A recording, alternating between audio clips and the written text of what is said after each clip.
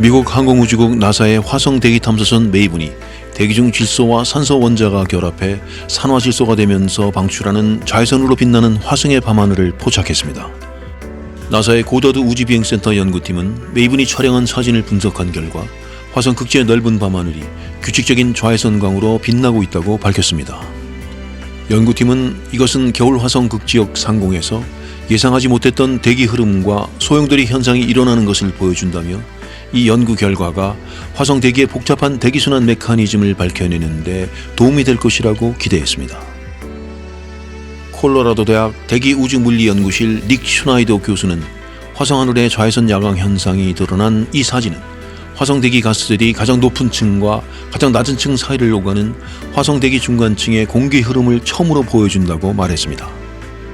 자외선 발광 현상은 낮 시간대에 태양빛을 받아 대기 중 이산화탄소와 질소가 탄소, 산소, 질소 원자로 쪼개져 있다가 극지에서 하강기류를 타고 내려오면서 발생합니다. 하층부로 내려온 산소 원자와 질소 원자가 결합하여 산화질소가 만들어지면서 에너지가 자외선으로 방출되어 빛을 냅니다. 연구팀은 규칙적인 자외선 야광 현상은 화성 대기 전체 수준에서 일어나는 순환 기류의 중요성을 보여주며 이런 기류의 횟수와 속도는 화성 대기 중간부가 태양에 의한 과열과 화성 표면에 있는 거대한 화산 지형의 영향을 받고 있음을 시사한다고 풀이했습니다. 콜로라도 대학 밀비 박사는 자외선광은 대부분 지상 70km 상공, 1000km 정도의 영역에서 발생한다며 하지만 불행하게도 화성 대기 구성상 가시광선 영역에서는 빛을 내지 않기 때문에 미래의 화성을 방문할 우주인은 매일 밤하늘에서 펼쳐지는 자외선 야광 현상을 맨눈으로 볼 수는 없을 것이라고 말했습니다.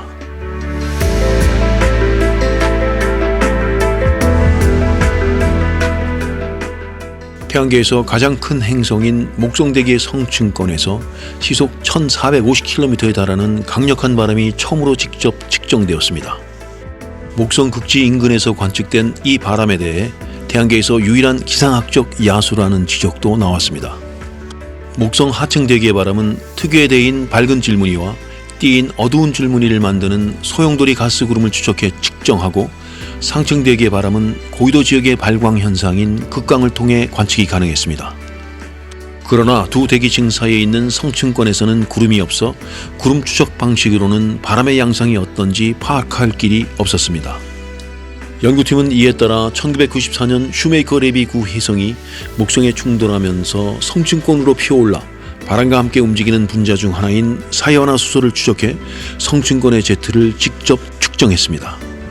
연구팀은 성층권 바람이 지구의 제트 기류처럼 좁은 띠를 이루고 있는 점을 들어 이를 제트로 표현했습니다. 연구팀은 칠레 북부 사막에 설치된 전파 망원경 간섭계인 아타카마 대형 밀리미터 집합체 ALMA 아타카마 Large Millimeter Array의 고성능 접시 안테나 66개 중 42개를 이용했습니다. 알마 관측자를 통해 성층권의 바람으로 사이완화수소 분자가 방출하는 방사선 주파수가 미세하게 바뀌는 도플러 전위를 측정했으며 지나가는 열차 경적의 주파수 변화로 속도를 알아내는 것과 비슷한 방식으로 바람의 속도를 측정할 수 있었다고 설명했습니다. 이렇게 측정한 목성 성층권의 제트는 극지 인근 극광 아래에서 초속 400m, 즉 시속 1450km에 달했습니다. 이것은 남이 20도 부근에서 붉은색으로 보이는 소용돌이 지역인 대적반에서 포착된 최대 풍속의 2배가 넘는 것입니다. 지구에서 가장 강력한 토네이도에서 측정된 최대 풍속에는 3배를 웃도는 것입니다. 목성 극지의 상층 대기에 강력한 바람이 존재한다는 것은 이미 알려져 있었지만 밑으로 내려갈수록 속도가 줄어 성층권까지 도달하지 못하는 것으로 여겨져 왔는데 이번 관측 결과는 이것을 완전히 뒤엎는 것입니다. 연구팀은 성층권 제트가 지름이 지구의 4배에 달하는 거대한 소용돌이처럼 움직였을 것이라고 했고 카발리에 박사는 이런 크기의 소용돌이는 태양계에서 유일한 기상학적 야수라고 지적했습니다. 또한 극지뿐만 아니라 적도 인근 성층권에서도 평균 시속 600km에 달하는 강력한 바람이 존재하는 것도 확인했습니다.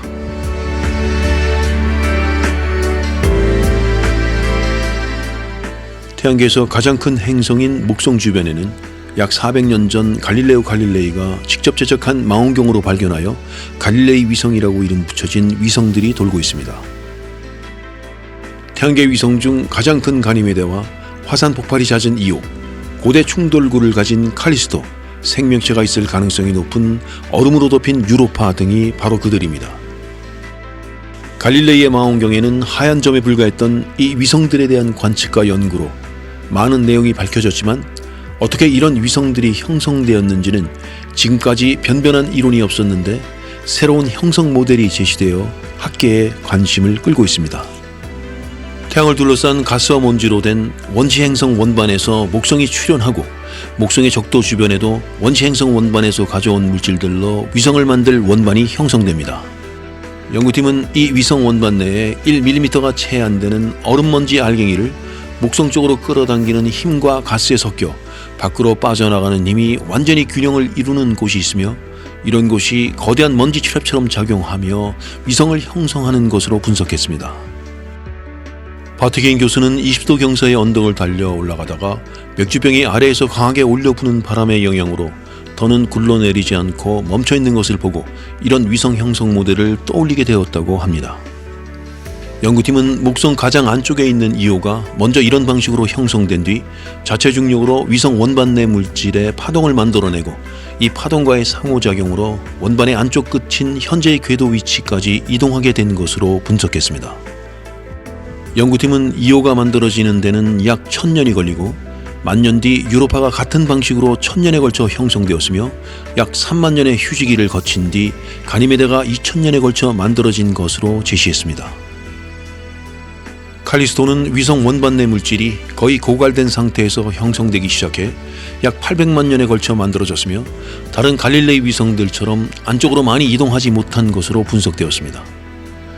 그 결과 이오가 목성을 4차례 공전할 때 유로파는 2차례, 가니메데는 1차례 공전하며 주기를 맞추는 라플라스 공명을 유지하나 칼리스토는 이 공명에 참여하지 못하고 2주 주기로 공전을 하고 있는 것으로 나타났습니다. 모르비델리 박사는 이번에 제시한 목성위성 형성 과정은 다른 행성에서도 비슷하게 이루어지는 일반적인 것일 수 있다면서 현재 외계행성 PDS-70C 주변에 형성된 원반을 관측 중인데 목성위성 형성 전 원반에 있었을 것으로 가정했던 것과 마찬가지로 많은 먼지를 가진 것으로 보인다고 설명했습니다.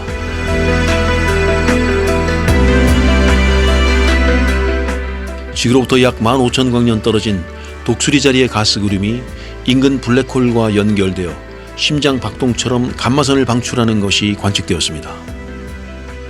독일 전자싱크로트론 연구소의 리지안 박사가 이끄는 국제연구팀은 초대질량 블랙홀이 강한 제트를 분출하는 활동은하액인 퀘이사의 축소판인 이른바 미니 퀘이사 SS433을 관측한 결과를 과학저널 네이처 천문학에 발표했습니다.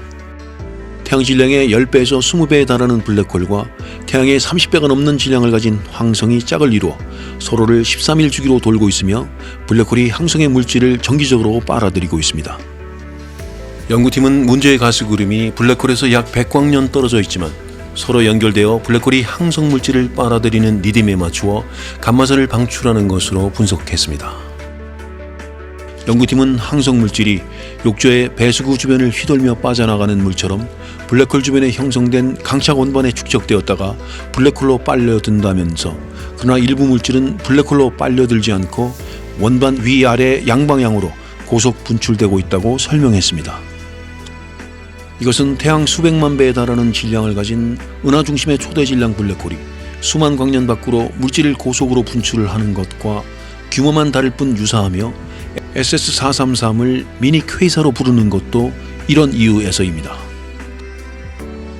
연구팀은 SS433을 분석하기 위해 미국 항공우주국 나사의 페르미 감마선 위성 망원경이 관측한 10년치 자료를 들여다보았습니다. 블랙홀의 강착 원반에서 분출되는 강력한 제트가 X선과 함께 감마선을 분출하는 것을 관측한 자료를 분석한 것입니다. 연구팀은 블랙홀의 강착 원반이 궤도면과 정확히 일치하지 않고 테이블 위에서 비스듬히 도는 팽이처럼 세차 운동을 하면서 원반 아래 위의 제트가 일직선이 아닌 나선의 형태를 보이는 것을 확인했습니다. 페르미 관측 자료에서는 세차 주기가 완성되는데 162일이 걸렸습니다. 연구팀은 또 눈에 잘 안 띄는 가스구름에서 나오는 감마선이 멀리 떨어진 미니 퀘이사에서 나오는 신호와 강력히 일치하는 것도 밝혀냈습니다.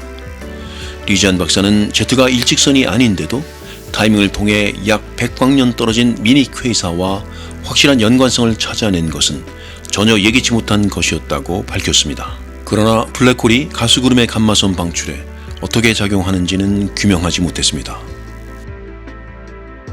연구팀은 소용돌이 치는 제트 끝에서 형성된 수소원자의 핵에서 나온 양성자가 빠르게 움직이면서 미니 퀘이사와 가스구름을 연결하고 가스구름과 충돌한 양성자가 감마선을 만들어낸 것으로 추정하고 있습니다.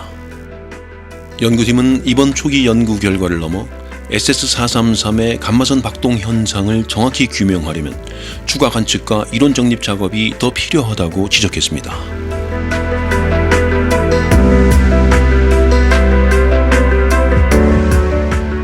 6,500만 년 전 공룡 멸종을 초래한 소행성보다 질량이 수십 배나 되는 소행성 소나기가 약 8억 년 전 지구와 달에 떨어지는 사건이 있었다는 연구 결과가 나왔습니다. 일본 오사카 대학 데라다 겐토로 교수팀은 국제학술지 네이처 커뮤니케이션스에서 달궤도 탐사선 가구야의 관측 자료를 이용해 달에 있는 대형 소행성 충돌구 59개를 분석한 결과 8개가 동시에 만들어진 것으로 나타났다며 이같이 밝혔습니다. 가구야는 일본 우주항공연구개발기구가 2007년에 발사한 일본의 첫 달 탐사선으로 정식 명칭은 셀레네이며 가구야는 일본 전래동화 속 달나라 공주의 이름입니다. 연구팀은 가구야에 탑재된 지형 카메라를 이용해 직경 20km 이상인 충돌구 59개의 생성연대를 조사했습니다. 지구에서는 지표면 침식과 지각활동 등으로 소행성 충돌 흔적을 연구하고 생성연대를 밝혀내는 게 어려워 대안으로 풍화작용과 침식이 거의 없는 달의 충돌구를 택한 것입니다. 이들은 가구야가 촬영한 달 표면의 대형 충돌구들과 충돌 때 튕겨나간 물질들에 의해 만들어진 주변의 0.1에서 1km 크기의 충돌구 등을 정밀 분석해 소행성 충돌 연대를 추정했습니다. 그 결과 분석 대상 충돌구 59개 가운데 폭풍의 바다 근처에 있는 지름 93km의 코페르니쿠스 크레이터 등 8개가 약 8억 년 전 동시에 만들어진 것으로 나타났습니다. 충돌 시기는 과거 아폴로 임무 때 코페르니쿠스 크레이터 근처에서 채집해온 유리질 입자 표본을 방사성 동위원소 연대 측정법으로 분석해 발견했습니다. 이 시기는 지구의 극심한 빙하기가 찾아온 크라이오제니아기인 약 7억 2천만 년에서 6억 3,500만 년 전 이전이며 연구진은 지구에도 엄청난 양의 소행성이 떨어졌을 것으로 추정하고 있으나 이때 만들어진 충돌구는 풍화 침식과 지각 변동 등으로 확인이 불가능한 상태입니다.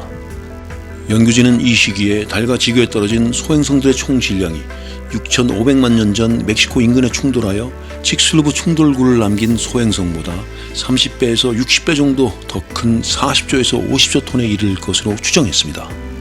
칙슬루브 충돌구 소행성은 지름이 10km에서 15km로 추정되며 이런 크기의 소행성이 지구와 충돌할 확률은 1억 년에 한 번 정도인 것으로 추산됩니다.